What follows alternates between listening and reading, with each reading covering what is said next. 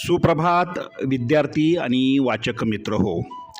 दैनिक लोकमतने महाराष्ट्रातील तमाम वाचक आणि इयत्ता 2री ते 8वीच्या विद्यार्थ्यांसाठी आयोजित केलेल्या लोकमत भारत रत्नमाला 100 दिवसांची ज्ञानयात्रा या लाखोंच्या बक्षिसांचा वर्षाव करणाऱ्या कूपन स्पर्धेतील दररोज प्रसिद्ध होणाऱ्या कूपनच्या प्रत्येक प्रश्नाच्या अचूक मार्गदर्शनपर व्हिडिओमध्ये आपले स्वागत.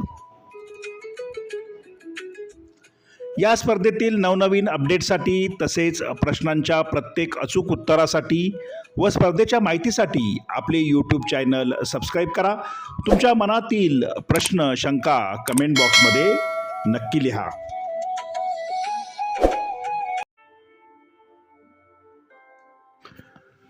विद्यार्थी मित्रांनो, लोकमत भारतरत्नमाला मालिकेतील पुन्हा एकदा एका नव्या प्रश्नाचं अचूक उत्तर घेऊन आज तुमचं मी स्वागत करतो.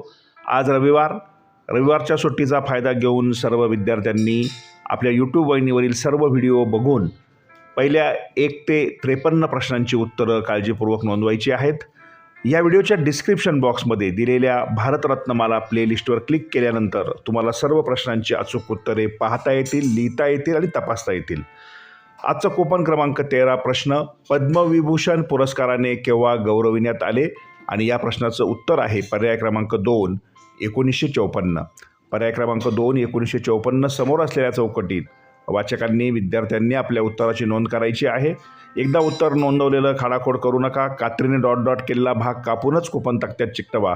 कूपन तक्ता लोकमत कार्यालय किंवा विक्रेत्याकडे मिळेल. धन्यवाद.